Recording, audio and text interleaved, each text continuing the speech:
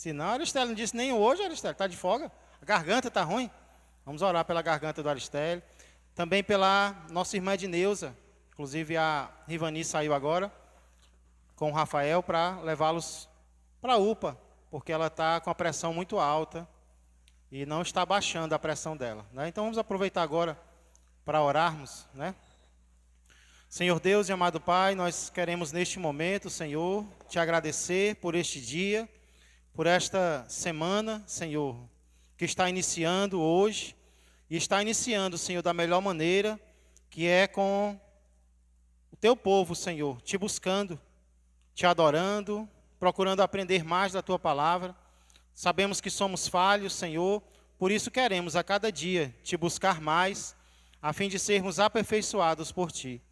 Nós queremos pedir pelos nossos irmãos e irmãs que nesse momento se encontram, Pai, enfermos, pelo teu servo Aristério, ser com a melhora, Pai, da sua garganta. Como também, Senhor, neste momento nós oramos pela Edneuza, Pai, que o Senhor venha, Senhor, a trazer saúde para ela, que o Senhor venha a trazer, Senhor, equilíbrio para a sua pressão e que ela melhore, Senhor, pois o desejo da tua serva é te servir mais e mais aqui nesta terra. Abençoa também agora a nossa meditação na tua palavra, pois tudo isso eu peço e já agradeço, em nome de Jesus Cristo. Amém e amém. Glória a Deus.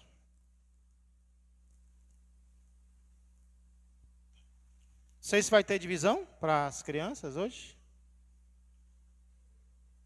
Creio que não, né? Quem pode citar para mim uma das muitas formas através das quais os pais demonstram amor por seus filhos? Como um pai, como uma mãe pode demonstrar de forma prática que ama os seus filhos? Como é que você, pai, você, mãe, demonstra o seu amor pelos seus filhos? Pode citar em voz alta para eu ouvir. Cuidando como?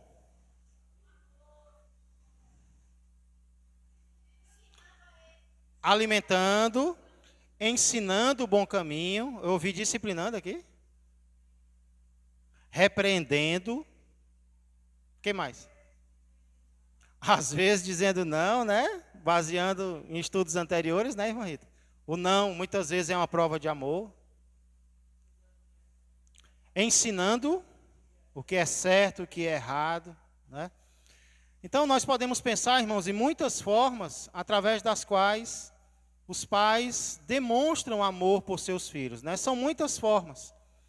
E nós normalmente pensamos em formas diretas de amar os filhos. Porém, hoje nós vamos ver que uma das maiores demonstrações que os pais podem dar de amor por seus filhos não é direta, é indireta. Como assim, pastor? Indireta. Nós vamos entender melhor um pouco isso abrindo a palavra de Deus no livro de Êxodo, capítulo de número 20, no qual nós vamos dar continuidade ao nosso estudo acerca dos 10 mandamentos. E aqui nós vamos ver que algo que os pais fazem acaba influenciando ou afetando indiretamente os filhos. Algo que os pais decidem em relação a Deus vai trazer benefício ou malefício para os filhos.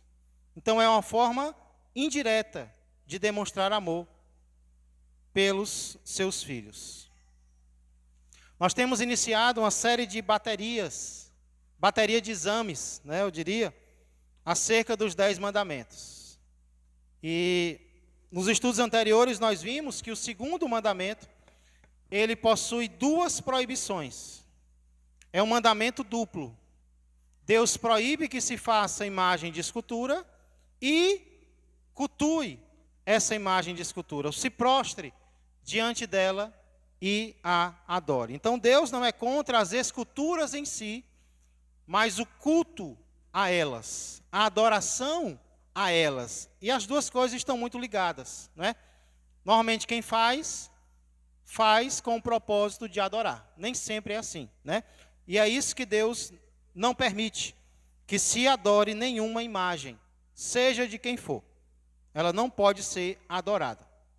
O problema não é a escultura, a imagem em si, mas a adoração a ela. Então é assim que o segundo mandamento começa. Pastor, e como é que o segundo mandamento termina? Ele começa com proibições e ele termina com porquês. Então Deus vai dizer por que ele dá essas proibições. São dois também. No final do verso 5, nós encontramos o primeiro motivo que Deus dá para não adorarmos imagens. E no verso 6, o segundo motivo que Deus dá para o seu povo não adorar imagens. Ok? Então hoje nós vamos ver os dois motivos pelos quais o Senhor proibiu a adoração a imagens de esculturas. Primeiro motivo se encontra no final do verso 5. Acompanha comigo. Êxodo, capítulo 20, verso 5.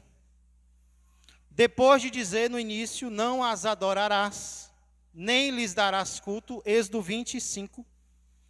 Depois de dizer, não as adorarás, nem lhes darás culto, o próprio Deus diz, porque eu sou o Senhor teu Deus, Deus zeloso, que visito a iniquidade dos pais nos filhos, até a terceira e quarta geração daqueles que me aborrecem.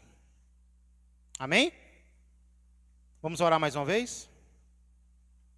Pai amado e Pai querido, mais uma vez, Senhor, nós queremos entrar em Tua presença, já agradecendo, Senhor, por esta leitura feita e as demais que também serão.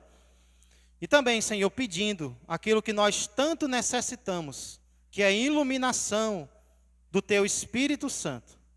Não nos deixa, Senhor, em nenhum momento sermos enganados pelo nosso próprio coração perverso, mas que em tudo nós sejamos guiados por Ti e pelo Teu Espírito Santo, pois é no nome de Jesus Cristo que eu peço e já agradeço. Amém e amém. Irmãos, existem algumas palavras aqui que eu creio que nós precisamos dar uma explicação para elas. Primeira palavra é a palavra zeloso.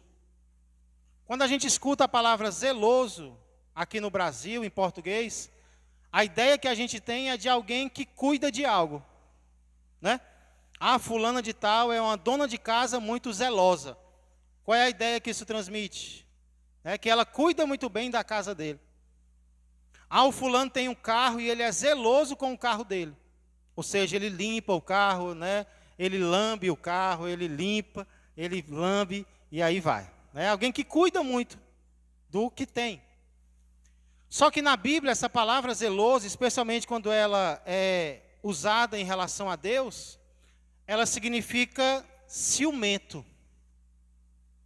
Zelo aqui significa ciúmes. Algo que a Bíblia diz que Deus é.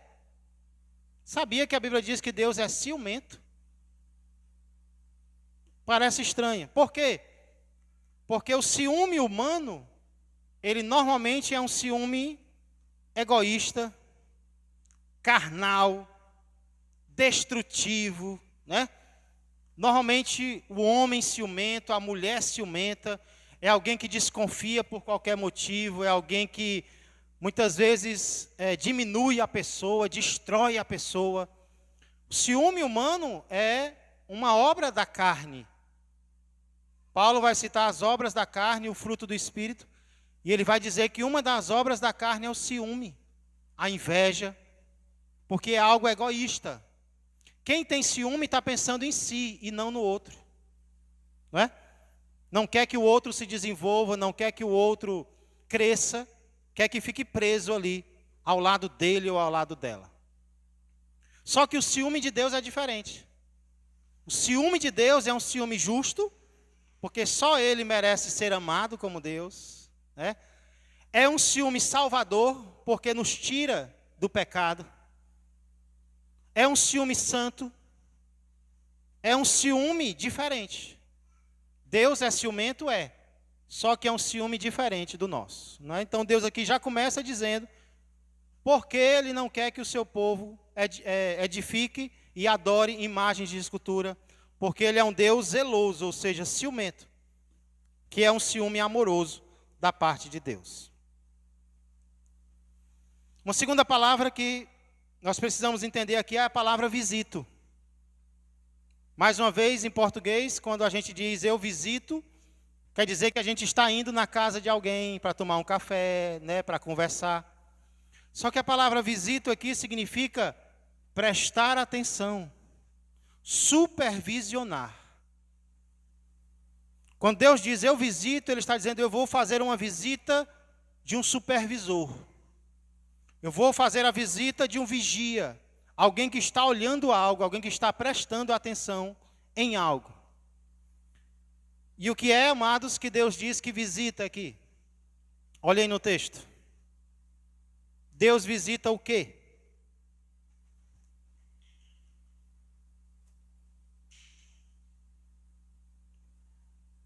A iniquidade dos pais nos filhos. Outra palavra que nós precisamos entender é a palavra iniquidade. Iniquidade normalmente significa pecado. Só que aqui o sentido, irmãos, precisamos entender isso. O sentido aqui é de castigo. Não é o pecado em si, mas a consequência do pecado. Deus está dizendo, eu visito a consequência do pecado dos pais nos filhos. Por exemplo, quando Caim mata o seu irmão e Deus coloca um castigo sobre ele, Caim diz, é tamanho o meu castigo, que eu já não posso mais suportá-lo. A palavra castigo lá em Caim é a mesma palavra iniquidade aqui. Também lá em Gênesis 19:15, quando os anjos vão até Sodoma e Gomorra e vão apressar Ló para sair da cidade, os anjos disseram, para que não pereças, Ló, sai daqui com a sua família, para que não pereças no castigo da cidade. É a mesma palavra aqui, castigo. Então, irmãos, o que que Deus está dizendo? Quando Ele diz, eu sou Deus zeloso, que visito a iniquidade dos pais nos filhos, o que Ele está dizendo não é que Ele atribui culpa aos filhos. A gente vai já entender melhor isso, certo? Mas antes tem uma quarta palavra, que é a palavra aborrecem. Visito a iniquidade dos pais nos filhos, até a terceira e quarta geração daqueles que me aborrecem. A palavra aborrecem, ou aborrecer, é uma palavra muito forte, que tem o sentido de odiar. Aí eu pergunto para você, quando você escuta a palavra odiar, que alguém odeia a Deus, quais são as primeiras pessoas nas quais você pensa? Quando a gente escuta falar em pessoas que odeiam a Deus, a gente pensa logo nos ateus, né? Nos incrédulos, nos descrentes. Mas sabe quem são as pessoas que aborrecem a Deus aqui? São aqueles que desobedecem aos seus mandamentos. Inclusive o segundo mandamento, mas qualquer outro. Como é que alguém mostra que não ama a Deus? É quando ele desobedece a qualquer dos mandamentos do Senhor. Então, o aborrecer aqui é toda vez que eu me volto contra Deus, que eu sei o que Deus quer que eu faça e eu não faço, eu estou aborrecendo a Deus. Eu estou demonstrando um sentimento de ódio para com o meu Senhor. Amém? Então essas são 4 palavras que nós precisamos entender: zeloso, visito, iniquidade e aborrecer. Então, como eu estava dizendo, a ideia aqui não é que Deus pega a culpa dos pais e transfere para os filhos. Alguns acreditam em maldição hereditária, né? O que é a maldição hereditária? A maldição do pai passa para o filho, que passa para o neto, que passa para o bisneto. Irmãos, Deus não transfere culpa de uma pessoa para outra. Porém, Ele pode permitir que o castigo de um respingue em outro. Isso aí a Bíblia mostra que Deus permite. Então, quando Deus diz, visito a iniquidade dos pais nos filhos, o que Ele está dizendo é que Deus vai ver o castigo dos pais afetando de uma forma maior ou menor também os filhos, os netos e até os bisnetos. Eita, que forte, irmãos. Olha como o nosso pecado é grave. Nosso pecado não afeta apenas a nós mesmos. O castigo do nosso pecado vai influenciar outras pessoas. Não é a culpa é só nossa. Mas o castigo vai afetar outros também. Irmão Messias, você não vai perguntar se isso é justo não, né, Messias?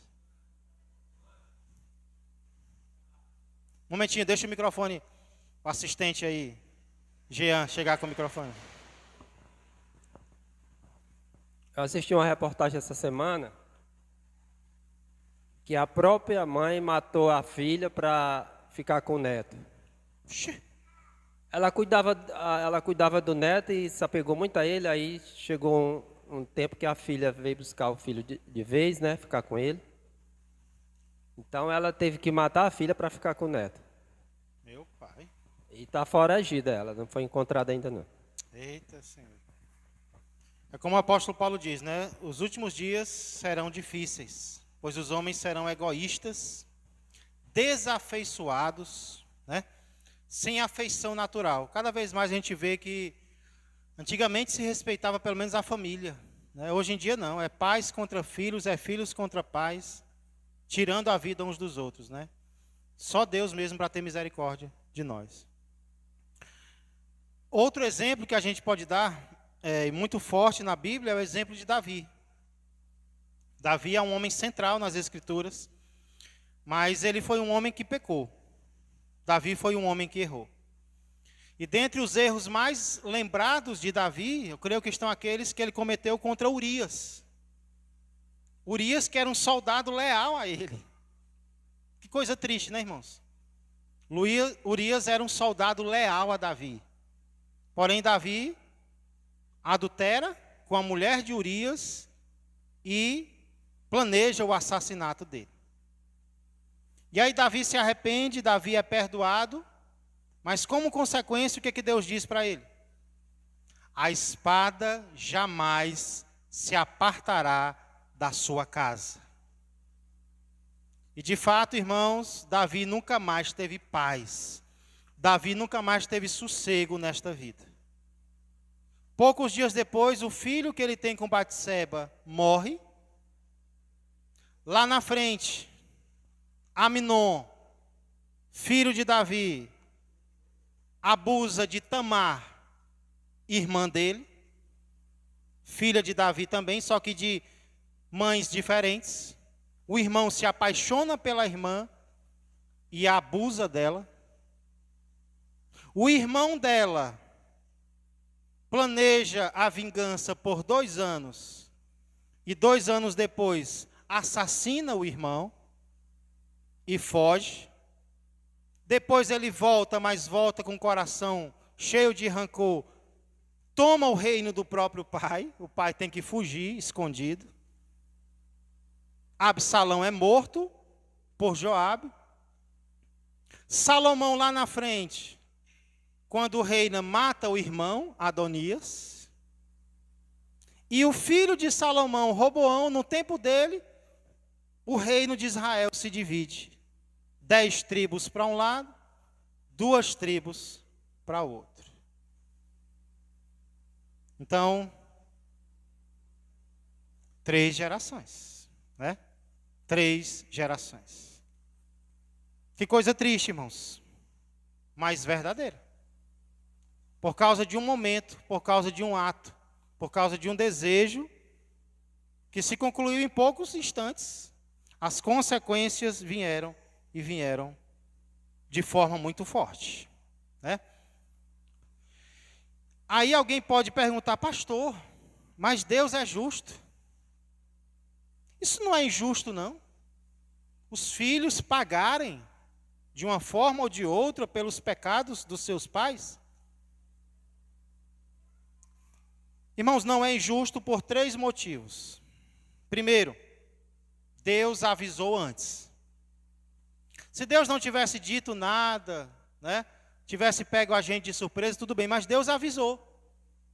A Bíblia sempre avisa, irmãos, o que vai acontecer. Deus sempre está dizendo o que vai acontecer para nós. Ninguém é pego de surpresa. Deus é um Deus que se revela na palavra. Deus manda mensagem, Deus manda sonho. Cada dia mais Deus me mostra que tudo que vai acontecer Ele avisa antes. Nós é que muitas vezes não prestamos atenção. Mas Deus avisa. Segundo motivo, porque não é injusto. Nós estamos ligados uns aos outros. A raça humana, ela está ligada. Nós, especialmente aqui no Ocidente, nós queremos ser individualistas, né? Não, eu decido por mim, é a minha vida. Mas, irmãos, isso não existe. O individualismo, ele não existe. Ele é uma ilusão. Ninguém é uma ilha. Já existe uma frase assim, né? Nenhum ser humano é uma ilha. Tudo que acontece com um afeta o outro. Deixa eu dar um exemplo. Essa enchente no Rio Grande do Sul. É só eles que estão sofrendo, irmãos? É lá no sul do Brasil. A gente está no Nordeste, aqui no Ceará. Mas são só eles que estão sofrendo? Eles são quem estão sofrendo mais, né? Mas nós também, agora na abertura do culto, a irmã orou pelo Rio Grande do Sul. A gente sofre também, irmãos. Por quê? Porque nós estamos todos juntos, são brasileiros. Por que o que acontece lá em outro país afeta a gente? Porque é uma raça só, é uma raça humana. Por que o pecado de Adão tem consequências para nós ainda hoje? Porque ele era o chefe da raça humana. Então nós estamos todos juntos, nós estamos todos ligados de uma forma ou de outra. Não existe essa ideia de que o que eu faço é só para mim, né? Você pode fechar a caixa d'água da sua casa. Mas se o seu vizinho não fechar, aí o mosquito pensa, foi ele que não fechou, né? Então eu vou trazer dengue só para ele. Não. Ele não fechou, mas ele traz dengue para o vizinho que fechou. Pastor, mas isso é injusto. É não. É não. É como nós somos assim, a raça humana é assim. É por isso que nós não podemos nos calar, irmãos. Diante de algumas coisas, nós temos que abrir a nossa boca mesmo. Vê o vizinho na rua, você fechou a sua caixa, meu amigo? Não, a caixa é minha, eu fecho se eu quiser. De jeito nenhum. Vou já chamar o cão aqui para arrombar a sua porta, né?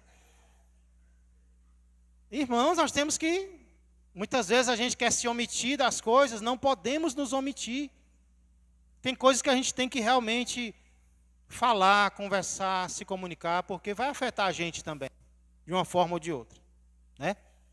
A Bíblia diz, alegrai-vos com os que se alegram e chorai com os que choram.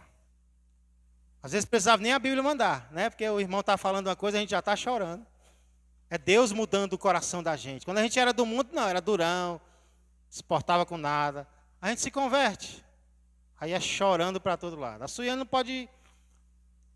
Vai assistir um vídeo de 5 minutos, quando ela liga o play, já está chorando, né? Irmã Helena, cadê o assistente? Opa! A água já acabou.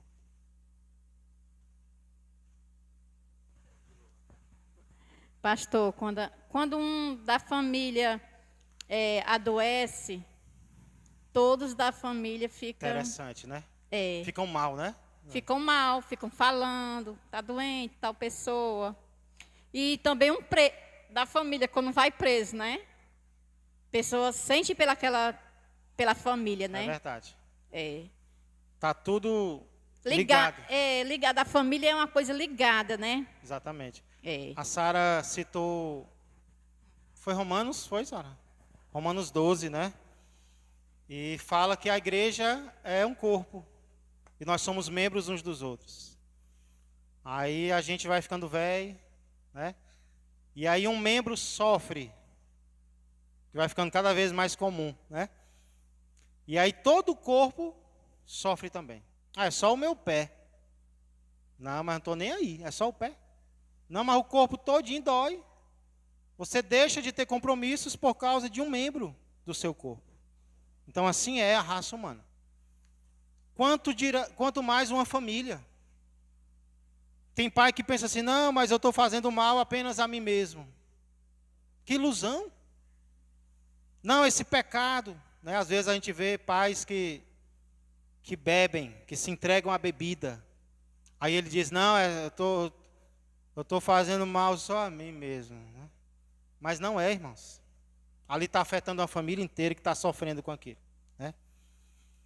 E aí o terceiro motivo, e um bom motivo, porque não é injusto, é porque isso vale também para o outro lado. Se os meus erros trazem consequências para a minha família, os meus acertos também vão trazer consequências para a minha família. Isso nos leva para o segundo motivo, porque Deus diz para o seu povo não adorar imagens de escultura, no verso número 6. Olha aí comigo. Êxodo 26. E, não termina no verso 5, né? E faço misericórdia até, quantas? 1000 gerações. Quem ia chamar Deus de cruel, já pode fechar a boca, né?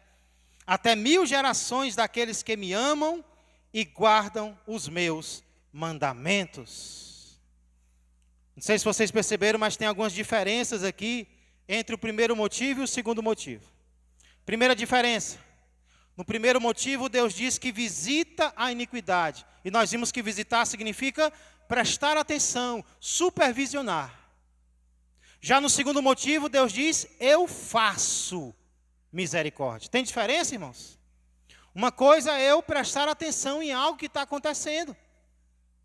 Outra coisa sou eu fazer, causar algo.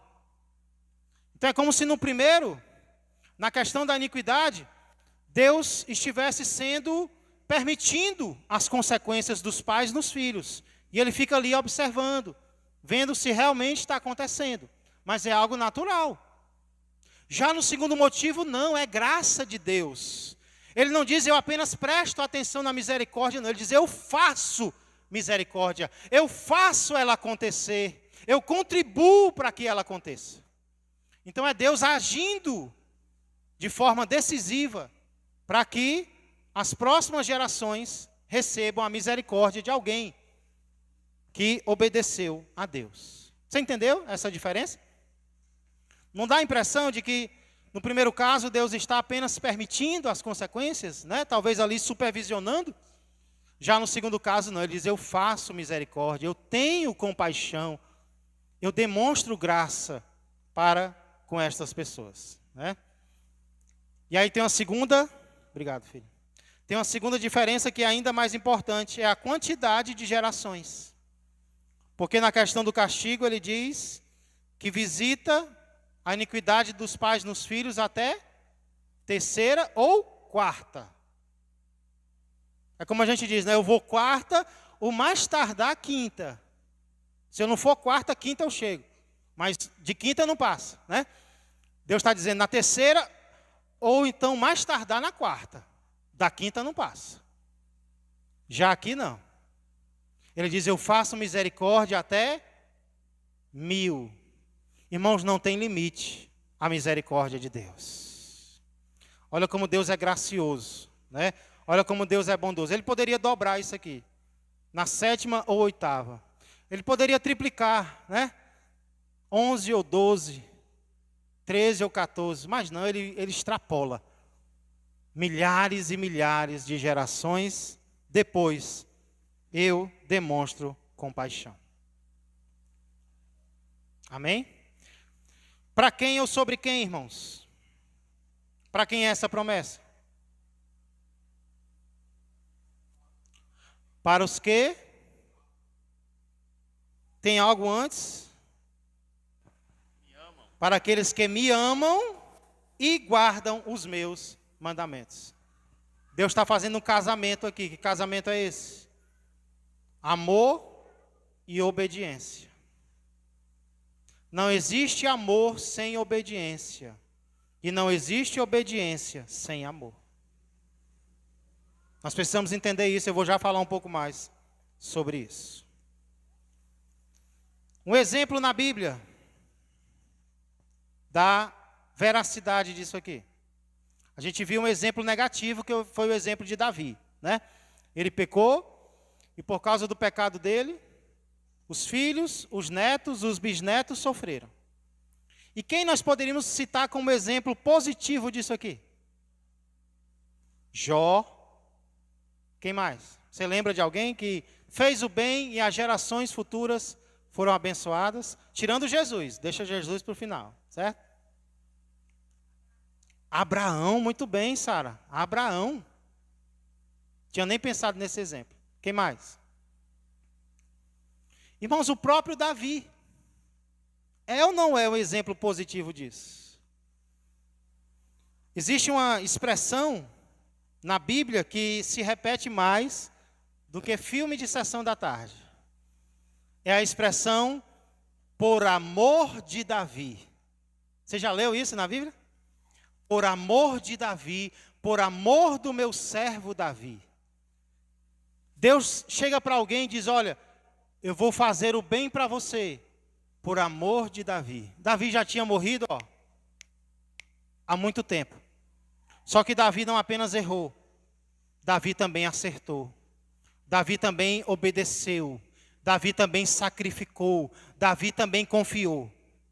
E Deus diz que aqueles que o amam e guardam seus mandamentos, milhares de gerações depois, serão abençoadas por causa dele. E é o que a gente vê em Davi.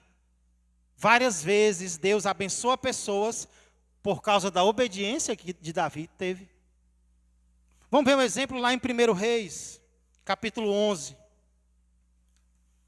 A gente já leu uma parte desse capítulo quando a gente falou sobre idolatria, porque infelizmente o filho de Davi, Salomão, caiu em idolatria. Um homem tão sábio, né? É por isso que a gente não pode se orgulhar, igreja. Não pode se orgulhar de conhecimento, não pode se orgulhar de experiência. Não, mas eu já sei. Não. Nós sabemos mais do que Salomão sabia? De jeito nenhum. Era o homem mais sábio que existia. E as mulheres que ele teve o fizeram pecar. E ele caiu em idolatria. E aí Deus se irou contra a idolatria dele. Mas olha o que acontece, irmãos, em 1 Reis, capítulo 11, versos 9 a 13. 1 Reis 11, 9 a 13. Pelo que o Senhor se indignou contra Salomão, pois desviara o seu coração do Senhor, Deus de Israel, que 2 vezes lhe aparecera. Olha a ingratidão do ser humano, né? E acerca disso lhe tinha ordenado que não seguisse a outros deuses. Ele, porém, não guardou o que o Senhor lhe ordenara. Salomão desobedeceu. Por isso disse o Senhor a Salomão, visto que assim procedeste, não guardaste a minha aliança, nem os meus estatutos que te mandei, tirarei de ti este reino e o darei a teu servo. Contudo, não farei nos teus dias, Salomão. Por que não? Por amor de Davi, teu pai. Ele me obedeceu, Salomão.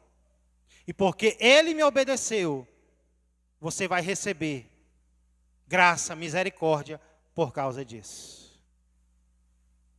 Da mão de teu filho tirarei. Todavia, não tirarei o reino todo.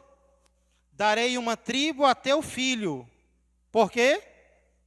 Por amor de Davi, meu servo, e por amor de Jerusalém, que escolhi. Estão vendo, igreja? Lá na frente, Deus tem misericórdia dos filhos, do filho e do neto de Davi, por causa do que ele fez em relação a Deus. Que Deus maravilhoso. Mais um exemplo, Isaías 37.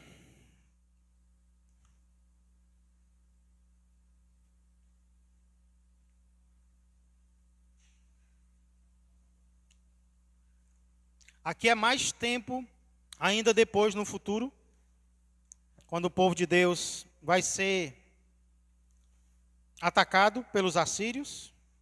Olha o que Deus diz para o rei. Isaías 37, verso 33. Pelo que, amém? Isaías 37 e 33. Pelo que assim diz o Senhor acerca do rei da Síria: não entrarás nesta cidade, nem lançará nela flecha alguma, não virá perante ela com escudo, nem há de levantar tranqueiras contra ela. Pelo caminho por onde vier, por esse voltará. Deus falando para o rei inimigo.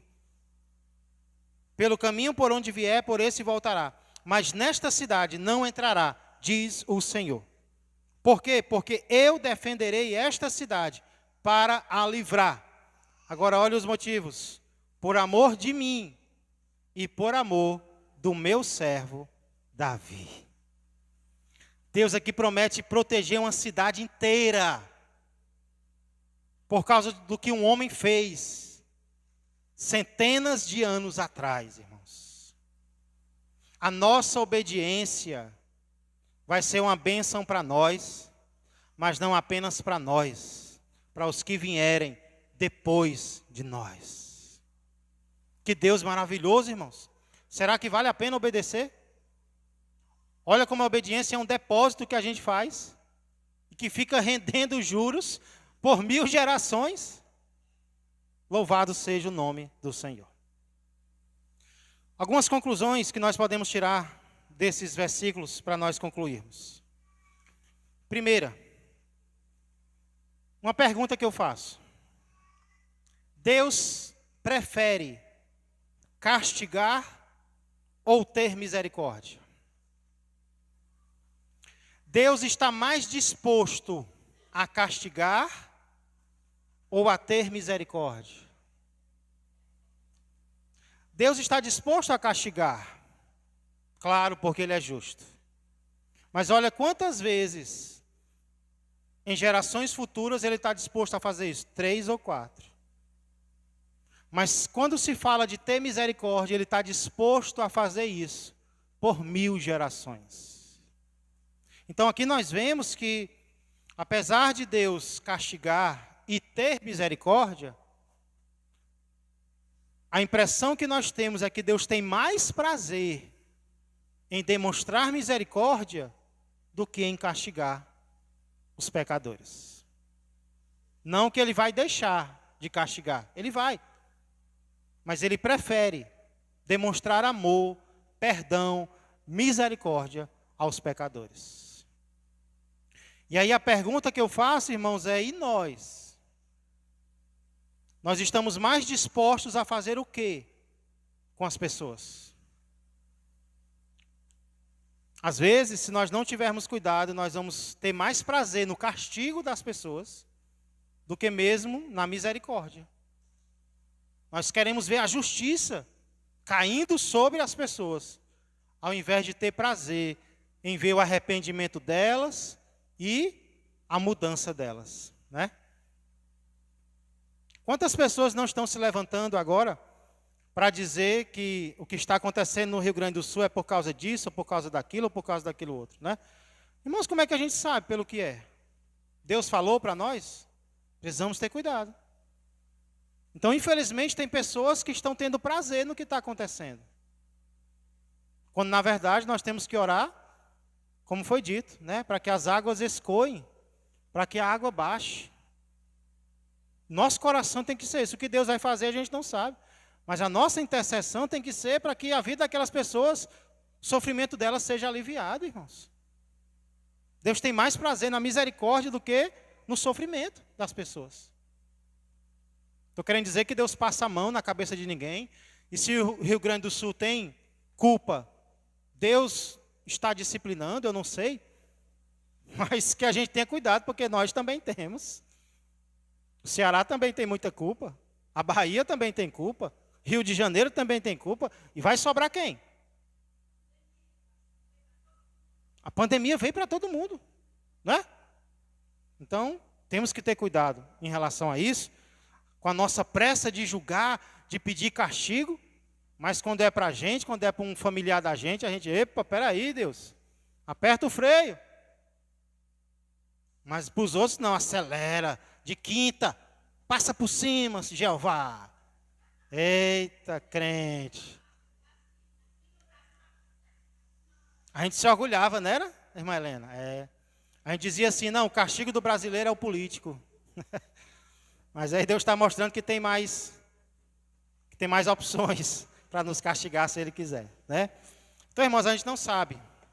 O que a gente sabe é que quando Deus permite algo, Ele permite com algum motivo, né? Porque Ele é justo. Deus pode estar chamando a atenção para a conversão nele, né? Nós não sabemos o quê. Mas qual deve ser a nossa oração? Deus minimiza, alivia o sofrimento, Deus, né? Essa deve ser a nossa oração. Temos que ter cuidado em querer mais o castigo das pessoas do que Deus demonstre misericórdia por elas. Segunda conclusão que nós tiramos daqui é que o nosso amor ou ódio a Deus são demonstrados pela nossa obediência ou desobediência. A gente se ilude com palavras, Deus não. Deus julga o nosso comportamento. Ah, eu amo a Deus, mas eu não consigo largar esse pecado. Aí Deus diz, meu filho, você me odeia. Você não está demonstrando amor, você está demonstrando ódio para comigo. Porque o amor e o ódio a Deus são demonstrados pela obediência ou pela desobediência. Não é por outra coisa, não. Apocalipse 20 diz que Deus vai julgar o quê? As promessas que nós fizemos para Ele, né? Os votos.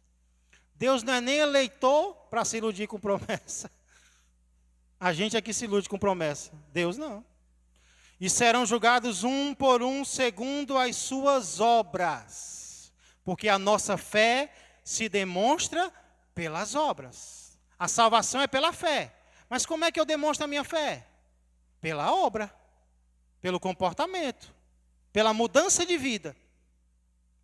Então eu digo que amo a Deus, mas a minha vida é a mesma de antigamente. Esse sabão em pó presta? Você já viu propaganda de sabão em pó? Tem o antes e o depois, né? Antes, tudo sujo. Aí coloca no sabão em pó. Olha a roupa como fica limpa.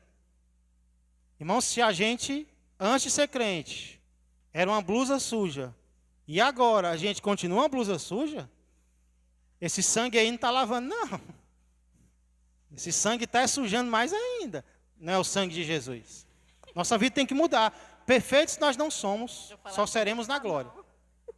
Mas alguém tem que olhar para nós e dizer, ei, quem te viu e quem te vê, hein? Tu era assim, agora tu é desse jeito, parabéns. Eu quero esse Jesus também. Mas se a pessoa diz, rapaz, tu nem parece que é crente.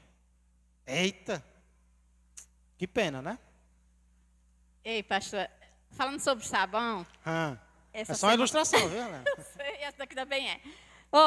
Eu comprei um sabão, ele é 800 gramas. Achei barato. Reais. 800 gramas, ó. Aí eu disse, R$3, né? Aí eu disse, eu nunca vi a marca desse sabão, Ágio. Vou ver se presta. Ágio.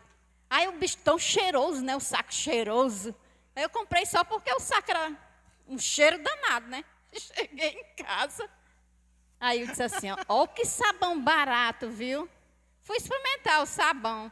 A gente bota e o bicho não faz. Não muda nada. Também que a irmã não disse o nome, né, irmã Helena? Não falou o nome não, né? É tipo igual o inimigo também, né? Ele é bonitão por fora, né? A gente se ilude. É barato, né, Jean? É barato.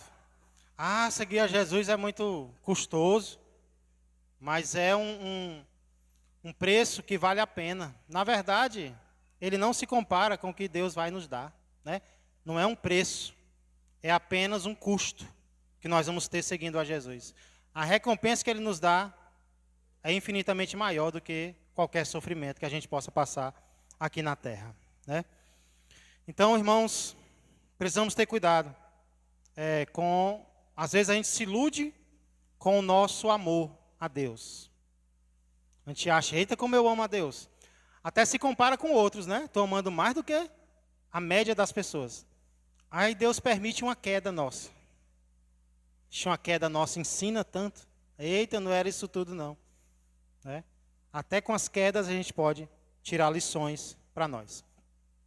O versículo que eu citei no início diz, se me amais, guardareis os meus mandamentos. Então eu só demonstro que amo a Deus quando eu estou obedecendo a palavra dele.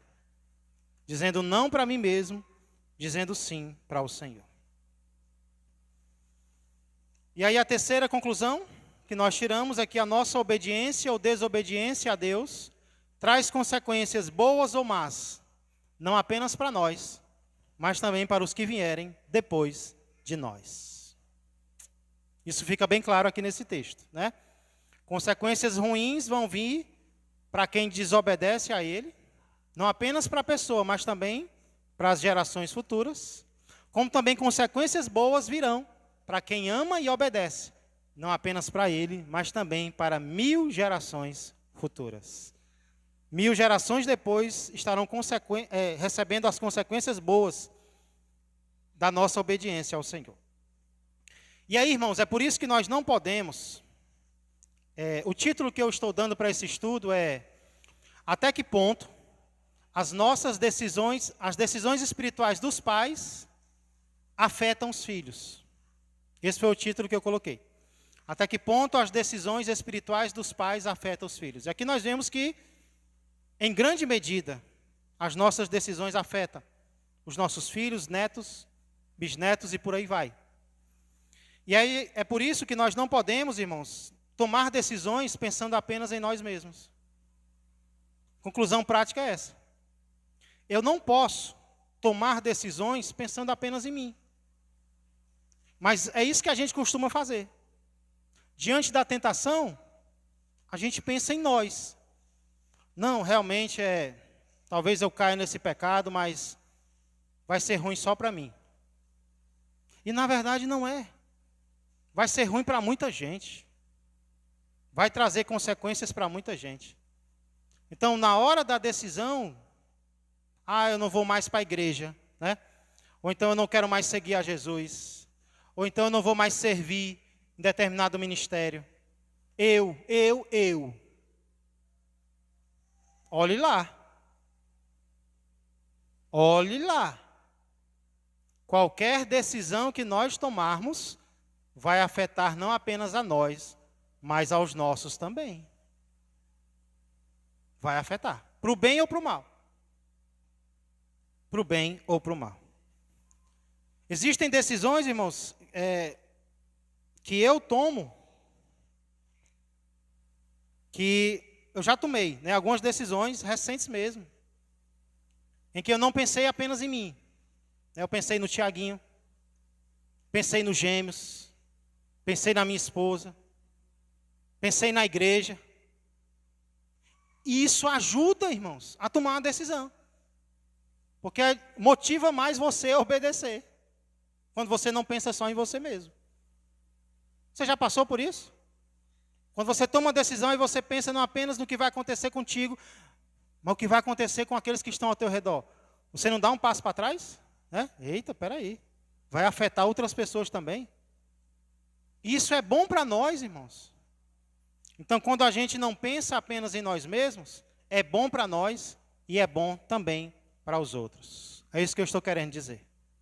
É o que nós devemos fazer daqui para frente.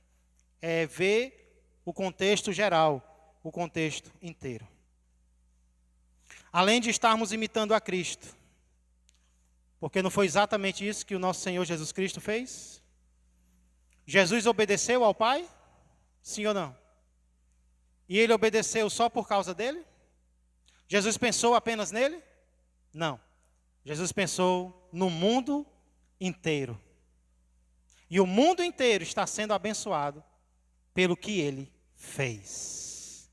Milhares de gerações depois, Jesus cumpre Êxodo 26. Porque a obediência dele está abençoando milhares de gerações depois. Então, por causa do que Jesus fez, vamos louvar a Ele e vamos viver para Ele. Tomando decisões, pensando não apenas em nós, mas também nos outros. Amém? Vamos ficar de pé. Vamos pedir ao Senhor que nos ajude a colocarmos em prática tudo aquilo que nós entendemos na manhã deste dia. Senhor Deus, amado Pai, obrigado, Senhor, mais uma vez, pela revelação da Tua vontade nas nossas vidas, por nos mostrar, Senhor, os dois lados das nossas decisões. O lado negativo, que é desobedecer a Ti e não demonstrar amor para com o Senhor. Porque é isso que o pecado é. O pecado é o ser humano dizendo que ama mais ao mal do que ao bem. O pecado é o ser humano dizendo, eu prefiro o mal do que Deus. Isso traz consequências, Pai. Não apenas para nós, mas para os que vierem depois. Assim como também, Pai, louvado seja o Teu nome, por nos incentivar, por nos motivar. Assim como também, Senhor, nosso amor e obediência ao Senhor trarão consequências, tanto para os que vierem depois de nós, como também para nós mesmos. Obrigado por mostrar isto na vida de Davi. Obrigado por mostrar isto na vida de Jesus, o nosso exemplo perfeito e supremo, que foi perfeito em tudo e te obedeceu em tudo. E é por causa dele que o Senhor tem misericórdia de nós agora. Então é por causa dele, Senhor, que nós vamos também procurar ser mais obedientes a partir de agora. Inclusive onde não estávamos sendo, nos ajuda a sermos, Senhor. Por amor a Ele, por amor ao Filho de Davi. Abençoa o Teu povo, transforma-nos mais e mais à imagem e semelhança do nosso Senhor e Salvador Jesus Cristo, no nome de quem eu oro e já agradeço. Amém e amém. Que a graça do Senhor, que o amor do Pai e que a comunhão do Espírito Santo permaneçam e cresçam mais e mais na vida e na família de todos vós. Deus abençoe a todos. Se Deus quiser, no próximo domingo, terceiro mandamento. E até a noite, se Deus quiser.